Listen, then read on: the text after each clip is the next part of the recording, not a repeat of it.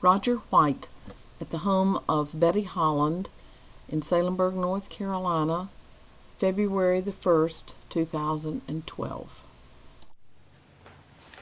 I'm Roger White, talking to Sharon Kellum here about some things that happened around these parts many years ago. And one of them was a swimming hole incident. But it wasn't an incident, it was a real happening, tragic, down on some land that I now own. But my grandmother, White, had a colored woman to help her do her washing, ironing, and all that kind of stuff, and lived in a little house back of the grandma's house. And the lady had a boy who was 8, 9, 10, 11 years old. And she went off and he was there by himself. And his mother told him, said, you stay right here and I'll be back now. Do not go to the swimming hole. Of course, the boy had been down there before with others. And that was the last thing she said to him. Well, she went off to work, was gone 2, 3 hours, and came back and couldn't call him. He wouldn't answer. His name was Felix. And she tracked him, saw his tracks in the little road there that went on down and right on to the swimming hole. And she hollered and hollered, and he never answered. So she went back and got some help. My uncle went down, uncle was about 20 years old at that time. And they found his clothes on the bank, and my uncle waded in and found young Felix was drowned. And so he got him out. But from that day to this, that place has been known as Felix Landing and been used by people swimming, been used for baptizing and other things. But it's still today Felix Landing because of that little boy about 100 years ago. There was a lady in Salemburg of many years ago, Miss Annie Kate White. She was my father's older sister, and she had part of the campus up there. Named the building was Whitehall, and she had intermediate, not quite fully teenage girls, and down to about the 3rd or 4th grade. And she ran that, never married, and lived to be 87 years old. But she and I were always very close. And I started to put the word out. God had called me to preach in 1959, and she was concerned about it and knew I was going off to college. And so she spoke to me one day. My father used to, very active, but he would take a nap during the daytime. And noontime, and come in off the farm or whatever, and he'd like to take him a nap. Well, I do too once in a while in my older age. But she said to me, said, Roger, you can't go off to college, can you? She says, aren't you like your daddy, a little drowsy-headed? I wrote that in a paper at East Carolina University under a professor who wanted us. We took exams on ourselves, and in the 3rd person described about this person that had taken these tests.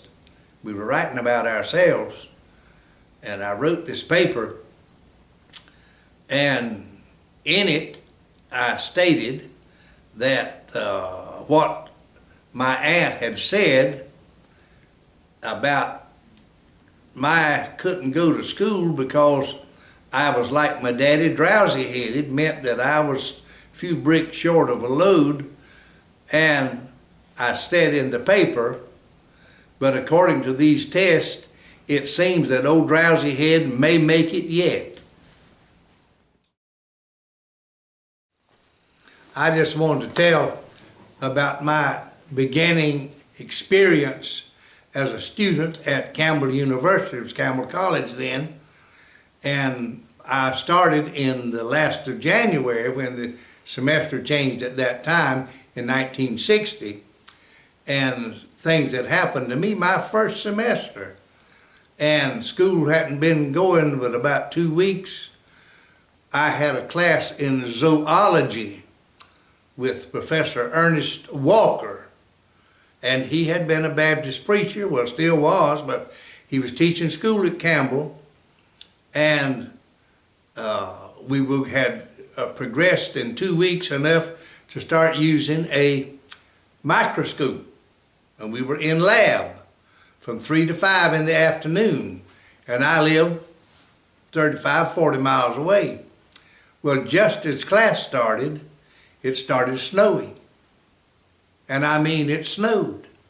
I was parked right down under the window of the building, and the teacher knew me from, his wife came from Salemburg, and so he had gotten to know who I was.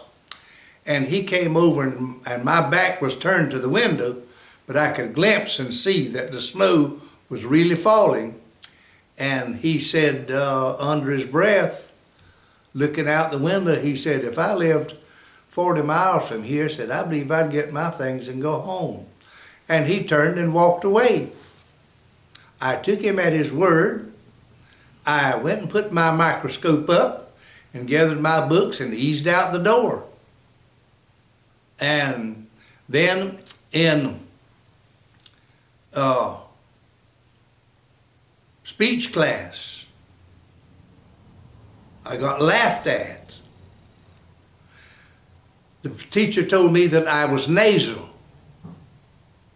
Had me doing a few little things, and I had memorized "'Twas the Night Before Christmas" and did that as a monologue. Man was telling a story. And some month or so later, he had to do a little impromptu one day, and there was about 15 or 20 in the class. And I stood up one morning to do a little thing, just talking. And I finished, and he said, I was older than he was. I was 30 years old. And he said, Mr. White says, you're still a little nasal. And I said, well, I have been doing like you told me to do, and all of us you told, to stand in front of a mirror in the morning. You're in the bathroom. Look in the mirror and speak to it, to yourself, and watch your lips and your articulation. And I said, I arrived at one conclusion. He said, yeah, what's that? He's sitting at the back of the room.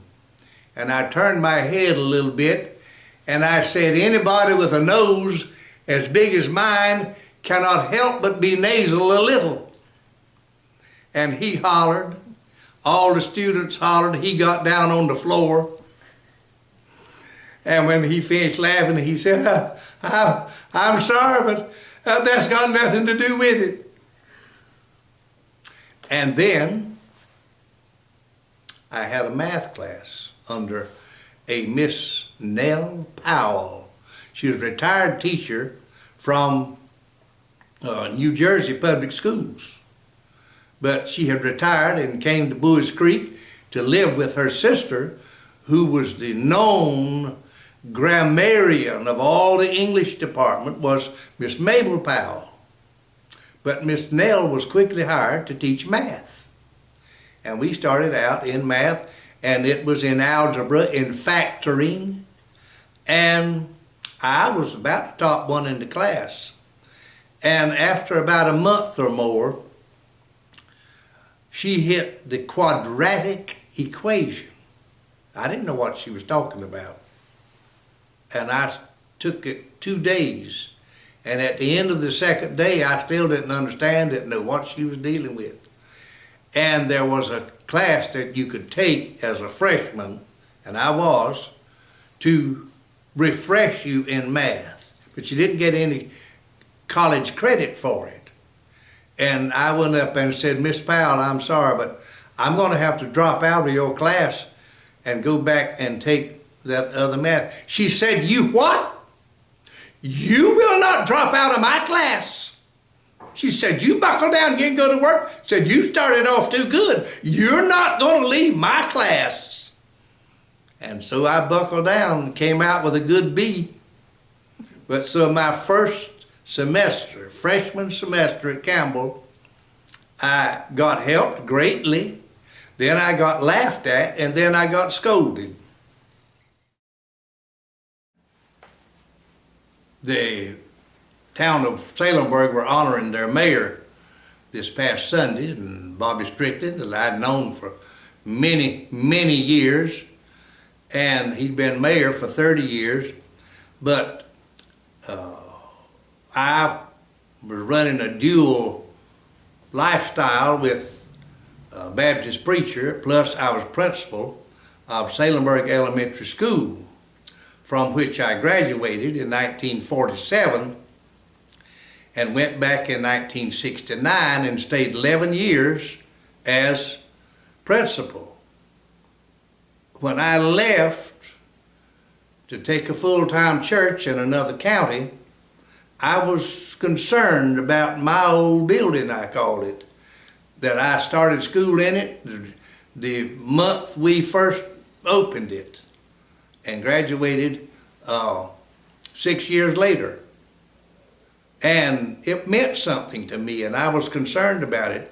But Mayor Strickland helped get Tar Heel Challenge into Salemburg on that campus with that building, and saved it from being torn down or being standing and getting abused from everywhere. And it's a fine place today. And I thanked Bobby Strickland for his part in that, to save me with it, to save my thoughts of it being destroyed. And then I was interim pastor of Salemburg Baptist Church in the early parts of the 21st century, about 2001. And I was interim pastor there. And one Sunday, it was May, and the first Sunday in May, and we were going to have a National Day of Prayer one day that week. And I asked folks to come down around the flagpole at the new town hall. Said, that's the place we're to have prayer. And so at 12 o'clock, and I went down about 11:30 or so and waited, and it got 12 o'clock, and a lot of the folks I thought were going to come did not show up. And Bobby Strickland had been there, got there about the same time I did. He was mayor, and we had our prayer time. He and I were the only ones, and I was telling that to show appreciation again to him for his support as mayor. He was a member of the church also, but as mayor for that time of prayer, and it meant a great deal to me.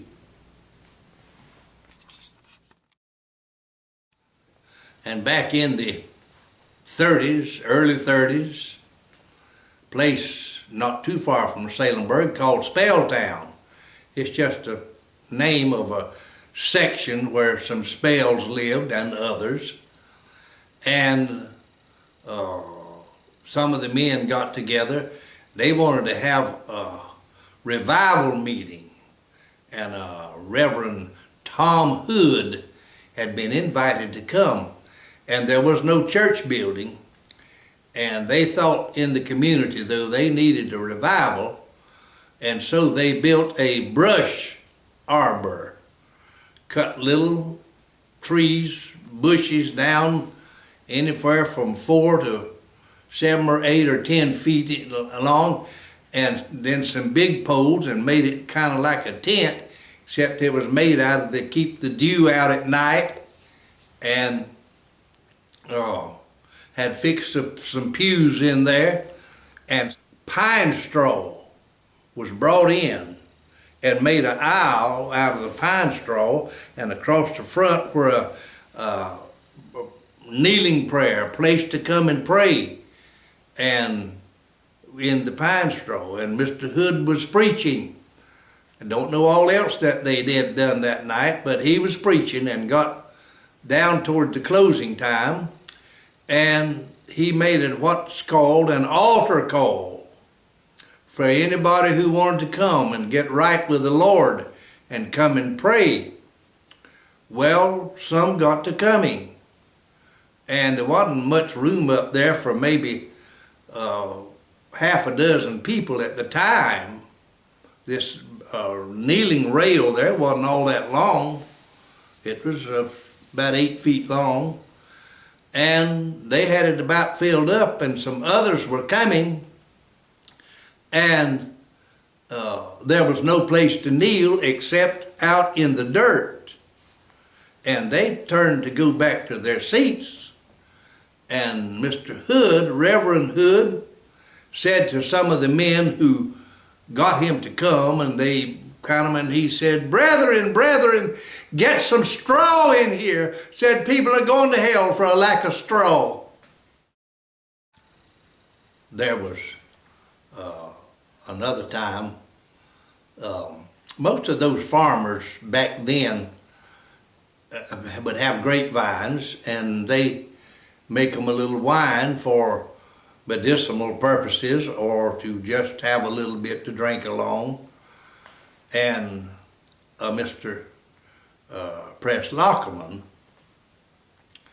and Mr. Honeycutt lived a mile or two apart, and one day Mr. Honeycutt came down. It was a cold, kind of little rainy, ugly day in February, and Mr. Honeycutt came down to visit. Well, Mr. Lockerman had some wine, and they got drinking on that a little bit through the day. And Mr. Lockerman wasn't used to doing that much. He drank a little bit for bedtime or whatever, unless he had a bad cold or something. But on over after lunch sometime, Mr. Lockerman had had about all he could stand, and he was kind of needing to go to bed, and his wife told Mr. Honeycutt, said, Mr. Honeycutt, one drunk man at a time is about all I can stand. And Mr. Honeycutt said, let's run Press off then.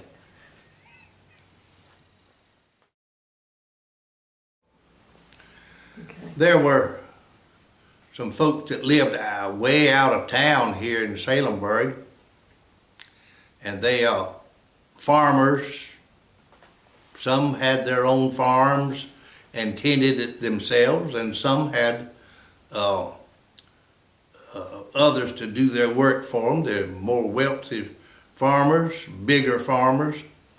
And one fella up there never married, and he worked a little farm of his own, and was about a mile from where he lived.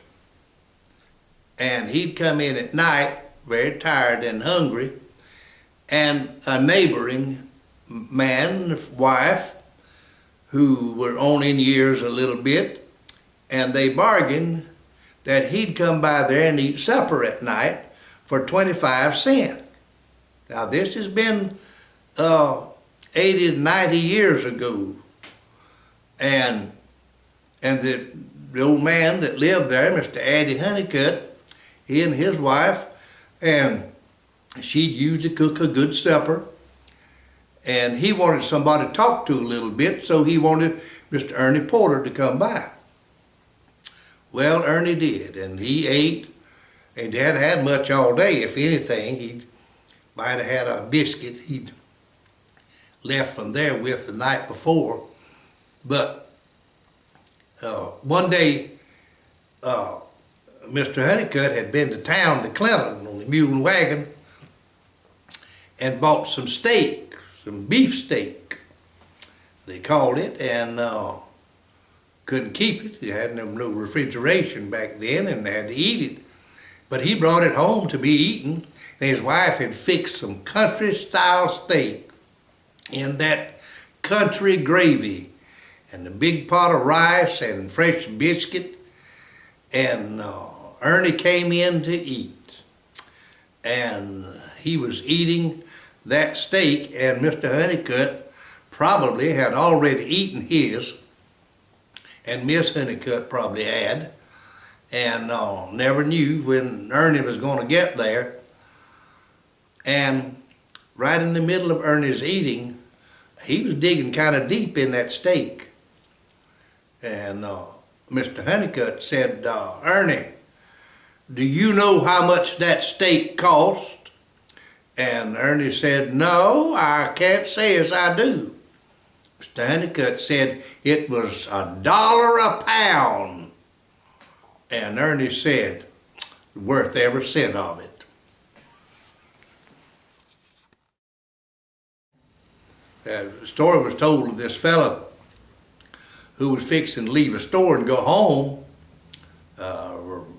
going somewhere, and a man wanted to ride with him, and he kicked it on up in high gear, and he was traveling pretty fast down this dirt country road, and he said, better stop, and I want to get out and slow this thing down. He said, no. I said, all right. I said, the Lord's riding with us. Said, you just think so. Said he got out at the last stop. And there were other aspects down on the farm. Farm was 300-400 acres of land, and they had people living there to do the plowing of the. They planted cotton and corn and other things, some vegetables, and somebody had to tend that and chop it and pick the cotton and gather the corn. And Mr. Jones found out that one of the men hired, and one of the women, and some of his family was there, and some girl had come to live with them, and they were in the fields at work. And the word had gotten back to Ms. Jones that that couple wanted to be married but didn't wait for any kind of a ceremony. They went on to living together, and Mr. Jones went down and called them out to the end of the row, and the rest of them came and resting on their hoe handles they were using, and Mr. Jones married them right at the end of the cotton road. Now that's been a long time ago, and that's the way things were done many times.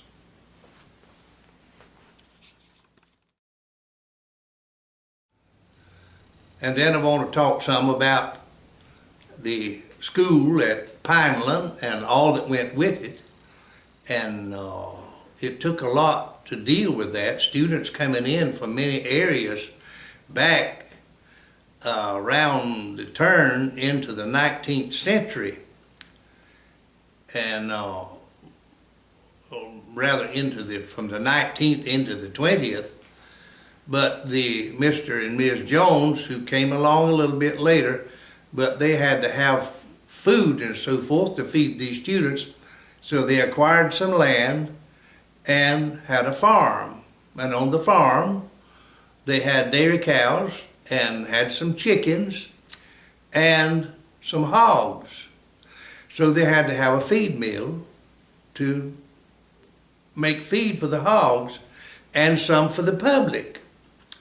So Chester Faircloth, a local fellow, not very well educated, I don't think, but he knew how to deal with that feed mill. and he had certain days to grind feed. He had ground his feed for the animals on one day, and probably Monday, Wednesday, and Friday, and on Tuesday and Thursday, he would grind for the public, or if they had stuff they wanted ground for feed on the other days, he'd do that too. But one man came one day, a Mr. Butler, and he wanted some corn ground for eating purposes. And Chester told him he came the wrong day, wasn't grinding that day. And Mr. Butler thought he was a kind of a prominent fella out in the country, and that Chester would grind his, and Chester said, "No, I cannot do it today. You have to change the filters and so forth in the mill itself, and it takes a while to do that, change over from grinding feed for animals and for grinding corn and or wheat for flour." And Mr. Butler went over to the Pineland building, and he was a member of one of Mr. Jones's church where Mr. Jones pastored. And he was going to get Mr. Jones to tell Chester to grind his stuff for him. He'd come 5 or 6 miles up in the country. Well, Mr. Jones wrote a note and told Chester, "Please grind Mr. Butler's stuff." And he went back with it very proud and walked in and very proud again and handed that note to Chester like, "Well, I told you you would." And Chester looked at the note, wadded it up, and threw it over to the side. And he said, "Well, there's 3 things you can do with that corn. You can pile it here in the corner, and I'll get to it tomorrow. Or you can take it home with you and bring it back. Or you can throw it out there in the yard and let them damn chickens eat it, and I don't care which." And he did not grind Mr. Butler's corn, needless to say. Chester's wife was Miss Eunice. They never had children. And Miss Eunice worked over in the Pineland building, in the kitchen, and wherever else she was needed. And they were furnished a little house to live in, and they spent many years at Pineland. Was Chester and Eunice Faircloth. Another and the farm thing, that was one of Chester's brothers was running the dairy. And another man was running the hog farm, and the chickens were there on the campus where he could feed them there, and somebody got the eggs up and all of that. But it was important to keep feed for the cows, the dairy cows, and feed for the hogs. And had to milk them cows twice a day, and had to kill hogs about once or twice a week to keep the students and the others fed at the school. So the feed part was a very important part of that endeavor. And then one other time that Chester could say some things sort of witty at times, and Mr. and Ms. Ashley, or Mr. Ashley, built a feed mill later and to help pay expenses on Mr. Jones, who at that time was in a nursing home in Fayetteville. Miss Molly was dead, and they had the people would haul their corn in with the shucks on it. And in order to grind the corn from the cobs, and so the shucks had to come off first. And the machine was set up to do that, and it blew the shucks out in a pile, and they would bale them and feed them to the cows and all. They ate that in the wintertime especially.